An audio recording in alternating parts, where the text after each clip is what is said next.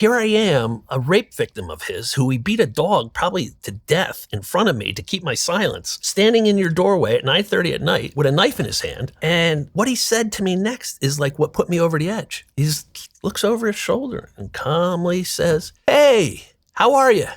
And it seemed like the most bizarre thing at that moment. Like, drop to your knees and be like, "Dude, I am so sorry. I know why you're here. Come in, let's talk. I'm sick.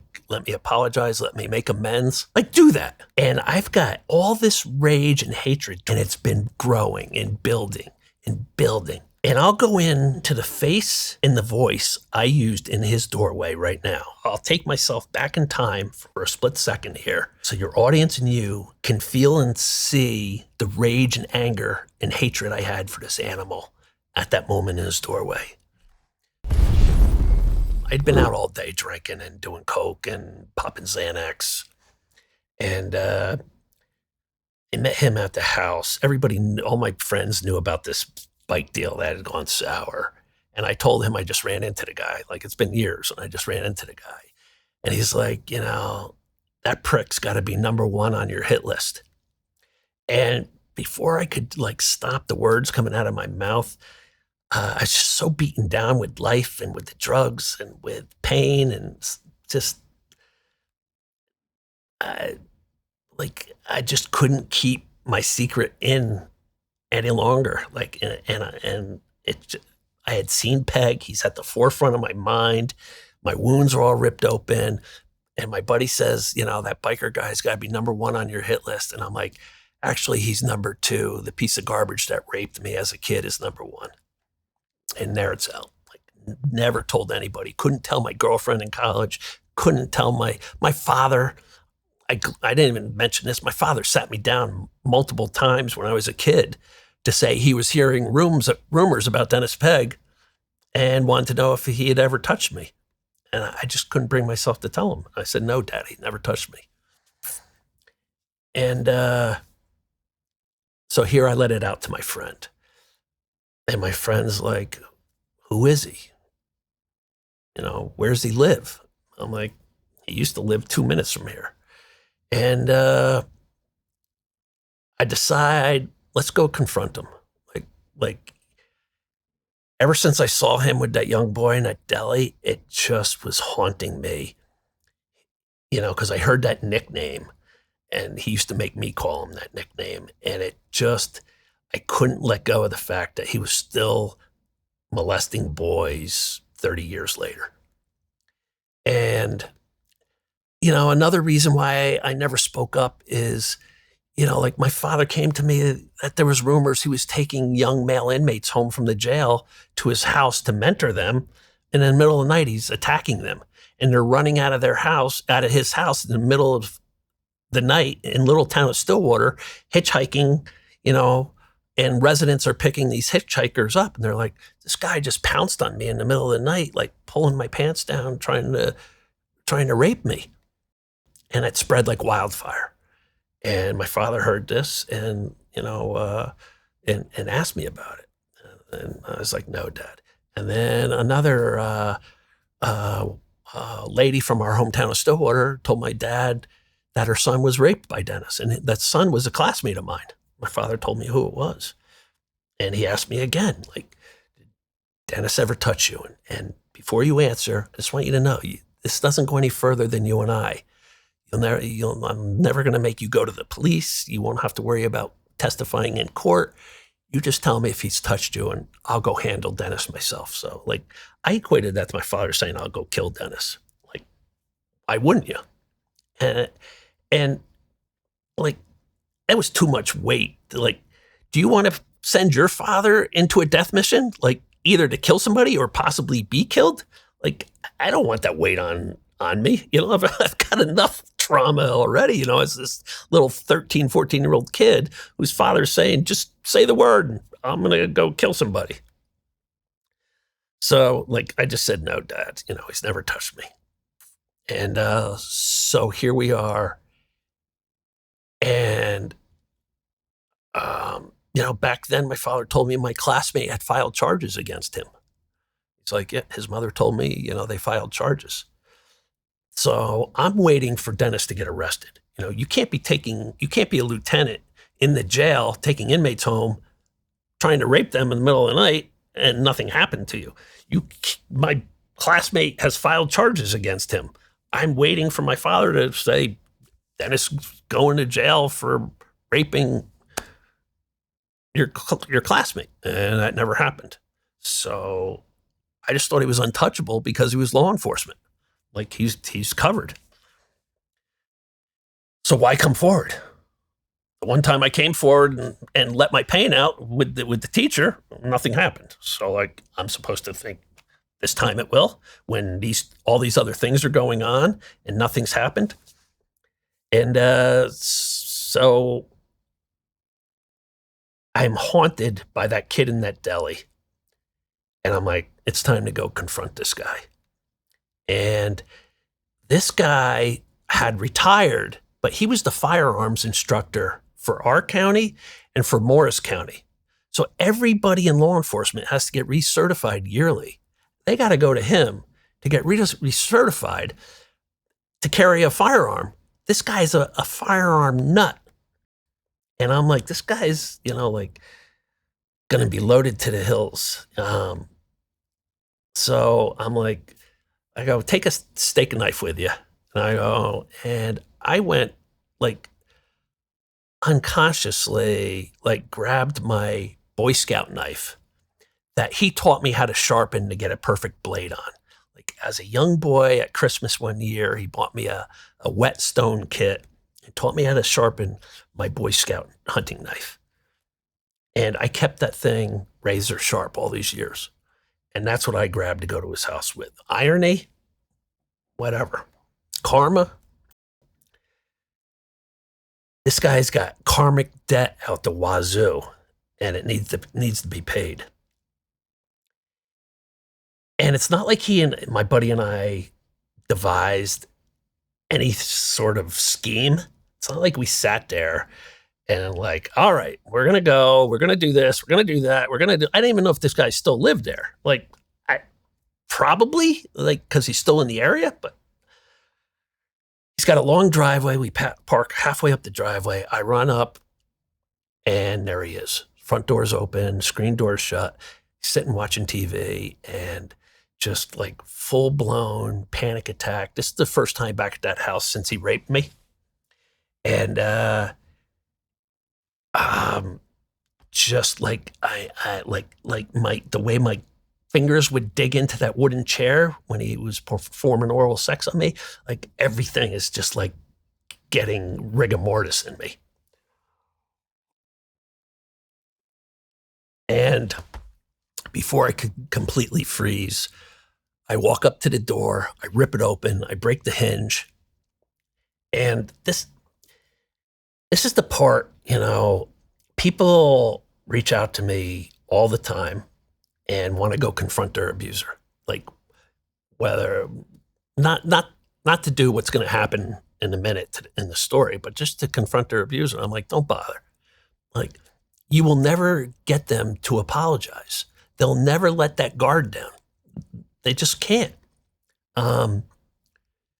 Here I am, a rape victim of his, who he beat a dog probably to death in front of me to keep my silence, standing in your doorway at 9:30 at night with a knife in his hand. And what he said to me next is like what put me over the edge.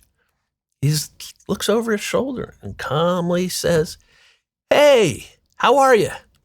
And like, it seemed like the most bizarre thing at that moment. Like, drop to your knees and be like, "Dude, I am so sorry. I know why you're here. Come in, let's talk.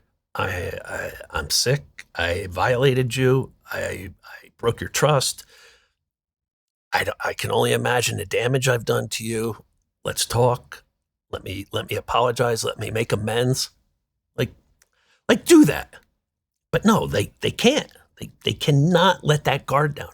And it's just that nonchalant, carefree attitude of, "Hey, how are you?" And I've got all this rage and hatred towards this prick since Jeff committed suicide. And it's been growing and building and building. And I'll go into the face and the voice I used in his doorway right now. I'll take myself back in time for a split second here, so your audience and you can feel and see the rage and anger and hatred I had for this animal at that moment in his doorway. So he goes, "Hey, how are you?" And I go, "Hey, how am I, motherfucker? Let me show you how the fuck I am." Try not to do that often because I go instantly back to that. And I raced across his living room. He stood up and I started swinging at him with the knife. He started punching me. At one point, when he connected with a square shot to my jaw, I started falling down. I grabbed his shirt to like keep myself up and I screamed, "You motherfucker." And I took the knife and I went to stab him and I put it right through my fist this way and it came out and into his chest. And I pulled it out and my hand was useless. Like, some of my fingers are still, I severed the tendons and ligaments. And so this fight continues on. And at one point he slips. We're both bleeding heavily. And he falls down and he's sort of propped up against a wall. And I turn and my buddy's standing in the doorway. And I turn back to Dennis Pegg and I'm down looking at him in the eye. And I go, "It's not so fun raping little boys now, is it?" And I slit his throat. And I turned to my buddy. I wanted to be alone for a minute. I said, go get your van and bring it up here. And he left. And I took another look at Peg and I walked over to the bedroom he raped me in and I spit on the bed that he raped me on. And the answer is no. Everybody says, you had to feel great. You had to feel fantastic, slaying the monster that ruined your life. No, like, to kill somebody, it hurts your soul. Like, it's not like something to be joyful about at the end. It was brutal. It was horrific. There's a guy there with his neck split wide open. There's me with blood gushing out of my hand. There was nothing to be joyful about at that moment. And I knew my life was over. Like, I just knew I was done. Like you can't go walking into a hospital with this wound I got and be like, "Yeah, I was cutting a steak and I drove a knife through my hand." I just knew that was going to be my downfall. But what I did at that moment, which is honorable, is stop a lifelong predator from ever harming another child.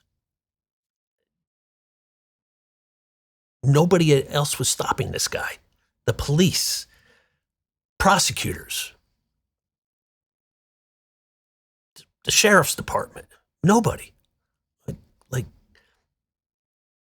the people in the town with the rumor swirling about him, nobody gathered their torches and pitchfork and, went marching to the monster's house. He just was allowed to carry on for 45 years raping boys. Like, that can't be. So I stopped him so he can never hurt another child. Am I saying killing him is the answer? No, I am not. And I'm telling you right now, it did not heal me. Like, you don't heal from trauma by adding more trauma. Like, that's not how you heal trauma. You heal trauma by addressing it, by getting therapy, by reading books, by meditating, by eating healthy, by getting clean and sober, by walking and repeating a mantra, by getting faith, by praying to God, by all other things other than committing murder. And what you do by murdering that piece of garbage is you let them have control over you. Because now if I go to prison for life, or the next person goes to prison for life, that animal is controlling you from the grave. They're in control of your destiny. And you can't allow that. That's the sinful part, is you, at some point in time, this is valuable real estate. I gave Dennis Pegg ownership of this real estate for way too long. And every other abuse victim does too.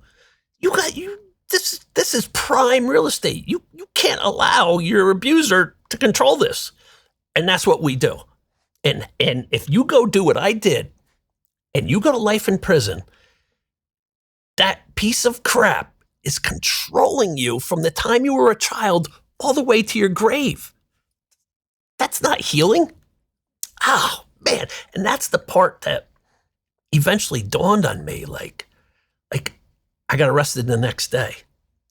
And I'm like, oh, my life is over. Like, I allowed this animal from age 6, when he first touched me, to now it's going to be to my death to control my life. Like, and that just made me sick that I gave him that power over me. And that's why I tell people, you can't give them that power. What's up, guys? Thank you so much for taking the time to watch the interview. If you got anything out of this video at all, please like the video, leave me a comment, tell me what you thought of the video, tell me who you'd like to see on the show. I really appreciate the support. It goes a long way on these platforms, as you guys know.